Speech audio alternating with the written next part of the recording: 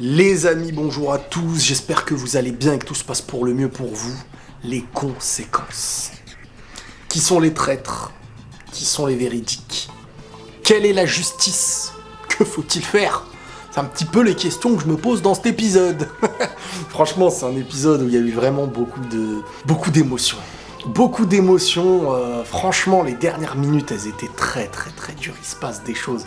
La représentation du monde réel, des émotions humaines, c'est très profond. J'ai envie de vous dire les gars, Eren il a foutu un sacré bazar. On va analyser beaucoup de choses, son idéologie, ce que ça laisse derrière lui, qui sont vraiment ceux qui se battent le mieux pour la justice, comment on peut définir ça, qu'est-ce que la liberté. Cet épisode, en fait, il nous confronte à une remise en question même de certains personnages à travers leur histoire. Un épisode vraiment triste, émouvant, et dans lequel je retrouve Annie, que je connais, je retrouve Mikasa, qui nous fait vivre certaines choses. Je retrouve le sentiment, tout simplement, entre Armin, Connie et les leurs. Leurs amis, mais qui sont les amis qu'il faut garder, qui sont les amis qu'il va falloir tuer.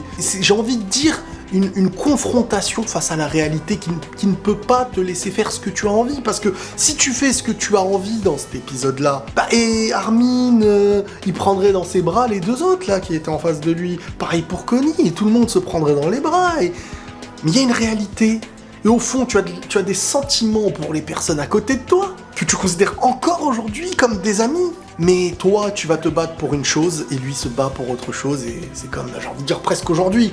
Il y a des gens, pour une opinion politique, ça devient des ennemis à tes yeux, ou tu deviens leur ennemi alors que vous êtes des amis, mais c'est les idéologies, et là on va plus loin.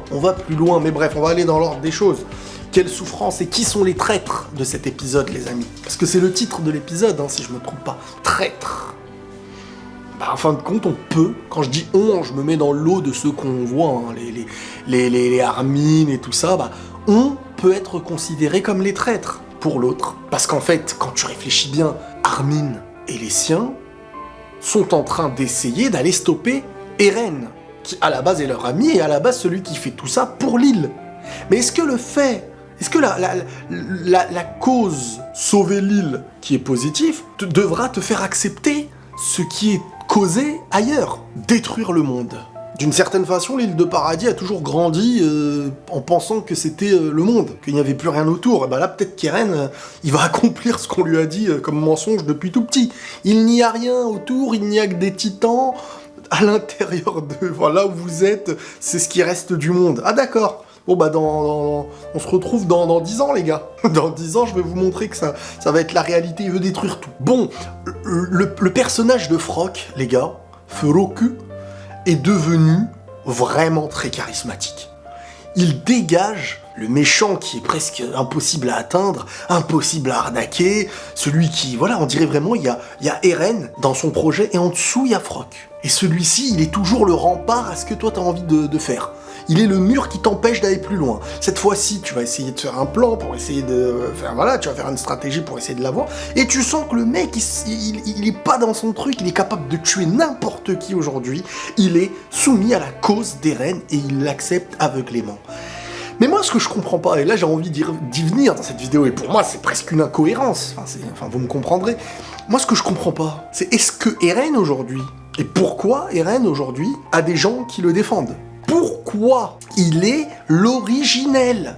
Il a 1 milliard, j'exagère sur le chiffre, mais des titans colossaux. Il est l'originel. S'il veut stopper les Eldiens, il les stoppera par lui-même. En un claquement d'œil, comme ça. Donc je comprends pas, en fait. Frock, tu joues à quoi? C'est quoi ce délire, tout ça, là? Pourquoi vous voulez empêcher certains d'aller voir Eren? Alors qu'en un claquement de doigts, il peut le faire. Qu'est-ce que vous allez faire? Vous allez arriver chez Eren, vous allez faire quoi? Déjà, essayez de vous battre contre un colossal. Allez, contre 2 colossales. Allez, 10 colossales. Je comprends pas. Je ne comprends pas.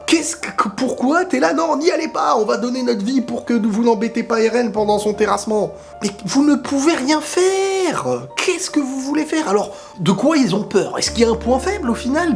Je sais pas. Ça, je le comprends pas déjà. Voilà, déjà, je vous le dis. il n'y a pas à avoir de protection. Normalement, tu restes dans l'île, vous mangez des pommes de terre, vous faites ce que vous avez à faire, là. Froc, bon, il est soumis à la cause. Il est aveuglé, lui aussi, par ce projet, ça y est. Et voilà, j'ai envie de dire, si nos amis avaient accepté ce qu'Eren fait, et qu'on nous l'avait présenté comme ça, et que les ennemis étaient tous en dehors comme on les a connus, mais sauf que cette fois-ci, Eren a le pouvoir d'exterminer le monde extérieur. Peut-être que si les nôtres étaient en accord, on se dirait, bah Eren a raison, c'est cool, allez, au bout, zizou. Mais c'est une philosophie, et tu te dis, non, nos amis dans l'île ont du cœur aussi pour les autres, et ça veut dire beaucoup de choses. Et c'est ce que Reiner et Annie ont bien compris, Magat aussi. Parce que la psychologie du truc, les gars, je sais pas si vous vous rendez compte, c'est que, et là on parle vraiment de ceux qui sont prêts, les gens de l'île prêts à aller stopper ce qui se passe du côté de Eren, à ce qu'il est en train de faire dans le monde. Au passage, on voit pas encore une fois des images de ce que Eren est en train d'accomplir. On ne voit même pas Eren, on a juste vu sa tête un peu diabolique en une image, et on le voit plus là. Impatient de voir tout ça aussi. Mais donc, je vous disais, Armin, Connie, Hansi, Mikasa, cette petite bande-là, et même Levi d'une certaine manière, même si pour l'instant il est posé le pauvre, leur île elle est sauvée. Ils sont pépères normalement. Ils sont en train de risquer leur vie au point d'aller quoi ? Au point de quoi ? Au point d'être prêts à aller tuer des anciens camarades qu'ils aiment encore aujourd'hui pour sauver ce monde extérieur. Et ça, Magat, Reiner, Annie, ils l'ont bien compris. Et là, ils se disent, c'est vrai, ce que eux ont accompli en venant détruire l'île de Paradis, en essayant de la détruire avec le plan du début, là, Reiner, Bertholdt, Colossal, Cuirassé et tout ça, ce que eux ont fait n'aurait pas été accompli par ceux qui sont en train d'aider le monde extérieur, mine de rien. Mais cet épisode vient nous montrer la difficulté intérieure et humaine dans cette psychologie qu'il faut avoir de se confronter à ceux qu'on a aimés, pour quelque chose qu'on ne connaît pas, pour ceux qu'on ne connaît pas, prêts à devoir tuer les nôtres. C'est dur. Mettez-vous à la place mettez-vous à la place de nos amis. Et ça, à un moment donné, ils l'ont compris, les Annie et compagnie. Et limite, ce qu'ils ont voulu, c'était de se dire, bon, on va essayer de faire le sale boulot, vous, c'est pas à vous de le faire, ce truc-là. Mais, quand tu réfléchis, si tu veux te confronter à Eren, t'es obligé de te préparer psychologiquement à avoir à affronter ce qu'il y a en dessous, ce qu'il y a devant, j'ai envie de dire, la première ligne. Tes anciens camarades, ok, mais après, il va falloir affronter Eren. Si t'y arrives, vous comprenez bien que là, ils sont vraiment confrontés à la réalité. Par rapport à l'île, ils seront même considérés par une majorité peut-être comme des traîtres. Pourquoi ? Pour sauver un monde extérieur. Un monde extérieur qui, s'ils ne sont pas attaqués, à un moment donné, viendrait à t'attaquer. Qu'est-ce que tu es en train de faire et pourquoi tu te dis, bon, c'est juste par idéologie et par, comment on dit, par principe de ne pas avoir à tuer des innocents, de ne pas avoir à tuer un monde entier comme ça, c'est quelque chose qu'ils ne peuvent pas accepter par leur humanité. Pourtant, ils ont été attaqués par ce monde extérieur. Et pourtant, ce monde extérieur peut s'unir pour vous détruire. Donc les Eldiens de l'île de Paradis ne connaissent que la défense réellement, parce que s'il n'y avait pas eu d'attaque, et parce que s'il n'y avait pas d'attaque, ils n'auraient pas pensé à aller attaquer. Il aura fallu qu'Eren se convainc lui-même à travers un peu du futur, du assaillant, En fait, c'est comme si l'assaillant avait été créé dans cette histoire uniquement pour avoir une optique, une option de comment stopper un cycle de haine. Et que celui-ci, c'était la violence, quoi. Le pur sens de la violence. C'est-à-dire, on réfléchit plus, on détruit ceux qui veulent nous détruire. Et la meilleure manière d'être en sécurité, c'est de tout détruire autour. Comment il a été convaincu pour réussir à accomplir un truc comme ça ? Parce que c'est bien beau de se voir dans le futur, à travers le moment où il avait touché la main d'Historia, de sentir que, oui, c'est vrai, c'est ce que je vais devoir faire. Quelque chose du futur me pousse à le faire, mais parce qu'il faut ce déclic. Quel va être le déclic qui va vraiment, intérieurement faire « je n'ai plus le choix ». C'est ça qui est important aussi à comprendre. Alors, on l'a pas vraiment vu, ce truc-là, encore. Il y a une autre question qui se pose aussi, c'est par rapport à l'hydravion, là. Tu te dis, cet hydravion, bon, il est préservé. Mais pourquoi, en fait, si vraiment ils sont capables de le détruire, pourquoi ils le détruisent pas avant, en fait ? Tout simplement. C'est le questionnement qu'il y a eu dans l'épisode, c'est pas moi qui me le pose. Moi je me dis, tu vas pas détruire gratuitement un matériel aussi important qui... Mais pourquoi tu vas avoir besoin d'un avion si le reste du monde va être détruit déjà? Qu'est-ce qu'il y a? Tu vas faire de la plantation à 30 000 km? Donc, il y a des petits trucs, des petites subtilités. Tu te dis, mais pourquoi ça, truc? Mais vas-y, mais pourquoi tu protèges Eren? Il a pas besoin de toi. Il n'a vraiment pas besoin de toi. On a la vue des nuages, de la buée lointaine qui est très très haute. Hein. Les titans auraient donc déjà franchi la mer. Alors, le questionnement, c'est comment? Parce qu'un titan, il fait combien? Il fait combien de mètres de hauteur? Il fait à peu près 50 mètres de hauteur, je crois. Est-ce que la mer, c'est plus profond que 50 mètres? Je n'en sais rien. Mais ça veut dire quoi? Le titan, il nage. De toute manière, le titan, je crois pas qu'il respire. Donc peut-être que sous l'eau, il marche, ou peut-être qu'en fait, ce n'est pas une mer aussi profonde. Je sais pas. Je vous avoue, je sais pas. C'est du questionnement bébête, mais bon. Je me dis, ces titans-là, ils auraient peut-être pu causer un tsunami aussi, normalement. Non? Bref, il paraîtrait qu'ils ont déjà commencé à offrir un paysage de ruines selon l'analyse de Hansi. Et là, ça commence à faire peur, parce qu'Eren, ça y est, commence à... Alors nous, on n'a rien vu encore, mais ça avance, il paraît. J'ai bien aimé la phrase qui dit « On est ici pour sauver des vies, et on va commencer par aller massacrer des habitants de l'île », qui vient de Connie, cette phrase. C'est vrai, regardez, comprenez bien, ils sont dans une optique, parce que l'optique d'arrêter Eren, c'est pour sauver des vies. Et pour sauver des vies extérieures, comme je vous l'ai dit tout à l'heure, ils vont devoir tuer des alliés, des gens d'ici, des gens de chez eux. C'est complètement fou à s'imaginer. Donc Annie a bien compris ce dilemme.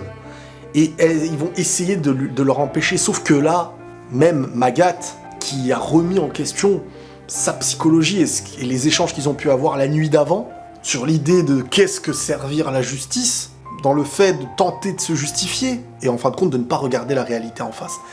Le mec a clairement dit aux Eldiens, imaginez en début de saison 4, lui, dire un truc pareil, qu'ils ne sont pas coupables de leurs ancêtres, des actes de leurs ancêtres. Et au final, c'est les preuves, un petit peu comme ce que Gabi avait pu voir, les preuves du réel.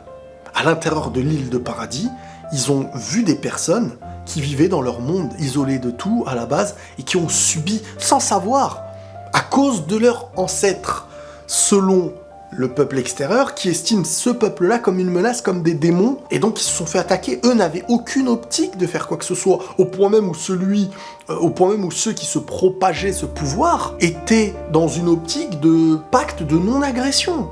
Donc en fait, ils étaient dans leur île. Mais l'idéologie profonde de tout ça, c'était que il fallait les faire payer de ce qu'ils ont fait, de ce qu'ils ont, parce que pourquoi? Parce que à cause de ce pouvoir, de cette malédiction du pouvoir des titans, ils pourraient nous faire des choses comme ils nous l'ont fait dans le passé.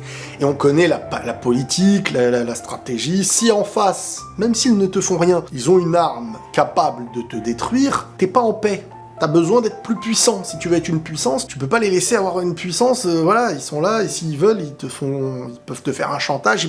Donc tant que les Eldiens dans l'île possédaient tout ça, il fallait à tout prix leur empêcher ce moyen d'accomplir ce qu'ils appellent le grand terrassement. Donc voilà, on connaît l'histoire, ils ont envoyé Annie, ils ont envoyé machin, mais au fond, nous on les a vus dans l'île. Il n'y avait pas cet intérêt-là. Donc les personnages de l'île au présent, on peut dire que nous on les a connus comme les victimes. Et là, ce qui se passe, c'est que Eren, en grandissant, et ce qui vient chambouler, c'est le pouvoir de l'assaillant en fait. C'est ça qui vient tout chambouler dans cette histoire. Enfin, oui et non, parce que mine de rien, non, c'est pas que ça. À chaque fois, je crois avoir trouvé, j'ai pas trouvé. Parce qu'en fait, non, après, t'as les Rainer et tout qui se ramènent, et eux aussi, ils viennent par rapport au... Enfin bref. Il faut qu'il y ait quelqu'un qui explose. En vrai, de vrai, dans cette histoire-là, c'est soit les autres, c'est soit eux. Voilà, ta paix, elle va exister dans un monde de guerre. Comme notre monde, en fait.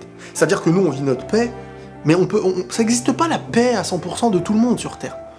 Notre paix existe grâce à des gens qui malheureusement meurent, ou des gens qui construisent des choses que nous on porte et qui sont dans des conditions déplorables. Et c'est pareil dans SNK. Donc toi t'es en paix, mais à un moment donné ta paix, faut la profiter parce que y a les autres qui veulent t'attaquer et parce qu'ils savent que tu peux les attaquer. Et à un moment donné toi tu les attaques et c'est la folie. Donc Magat a vraiment fait une remise en question, s'est excusé, que ce soit envers Annie, Bertholdt, Pic ou les autres Eldiens qu'on connaît, nos amis, mais il a terminé avec une phrase. N'oubliez jamais l'absurdité de cette tragédie sanglante, car vous devez transmettre les leçons. Et maintenant, c'est-à-dire qu'avant, le cercle vicieux, il était dans la violence, dans eux, vous avez fait ça dans le passé, machin, ce truc qui ne se termine jamais. Et là, l'objectif maintenant, mais cet objectif existe grâce à ce que Eren est en train de faire. Vous voyez ce que je veux dire? Donc d'une certaine manière, il y a aussi au fond, même si c'est cruel, une sagesse à en tirer. Jamais ils se seraient unis. Vous voyez? C'est comme s'il fallait créer un monstre au-dessus de tout, comme j'avais déjà dit avec l'exemple des extraterrestres.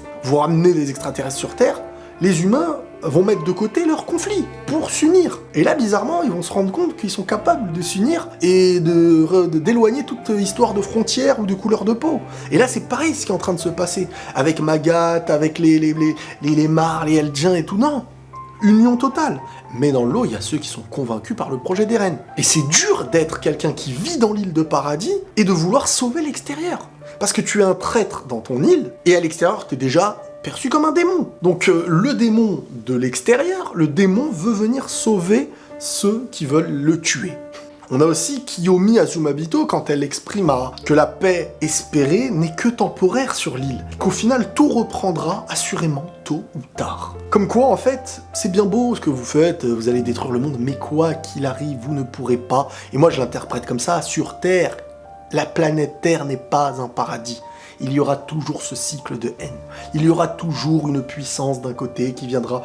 Et même si les titans pour moi n'existaient pas, on serait dans un monde où Eren peut peut-être essayer de sauver sa génération.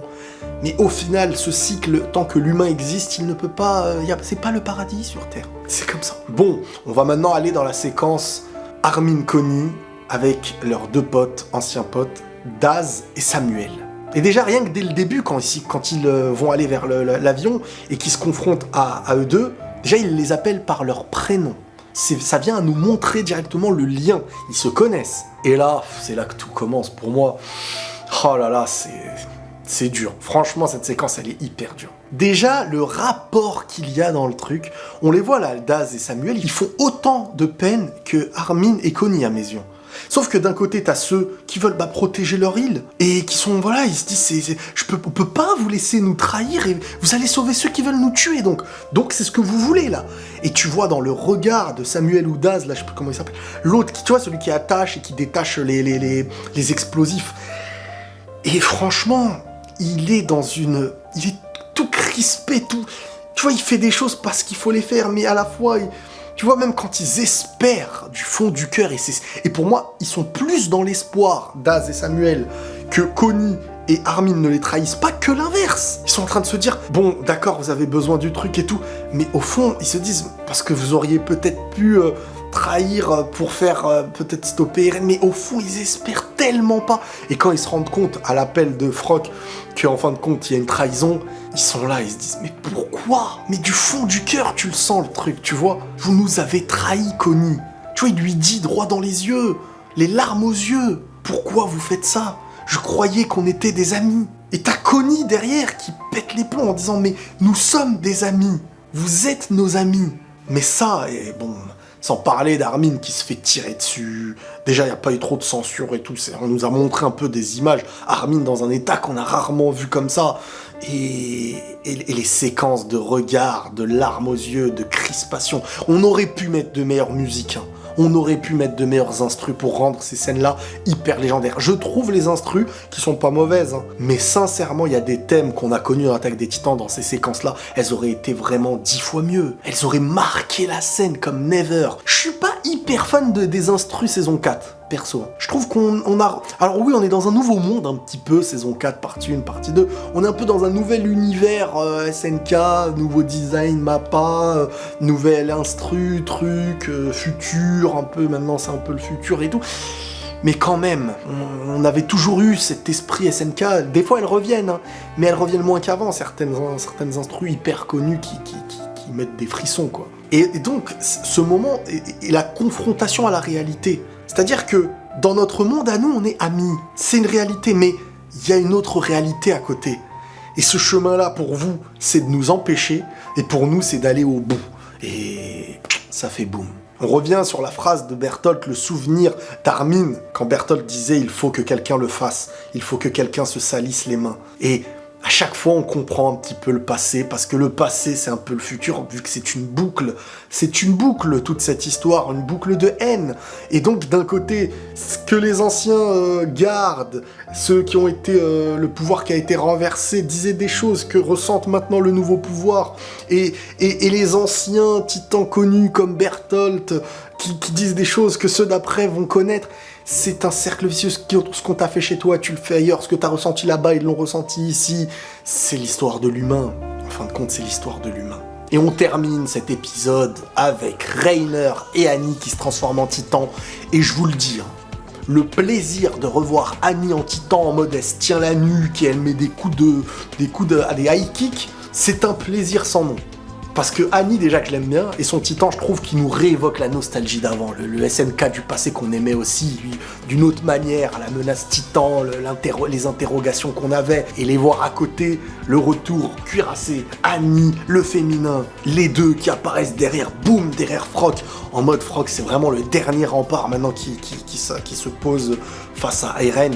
Et ce que je comprends pas, c'est que Falco, il a son pouvoir de titan, mais ça se voit, il sait toujours pas un peu comment se transformer, un petit peu comme Eren dans le passé, mine de rien. Quand un pouvoir te vient sans réellement le savoir, sans réellement le prévoir, bah t'es pas entraîné à tout ça. Ça demande aussi de l'entraînement. Donc c'est bien fichu que comment il s'appelle, Falco ne se transforme pas comme ça. Bref, l'épisode prochain, ça va taper. Il y aura de la bagarre.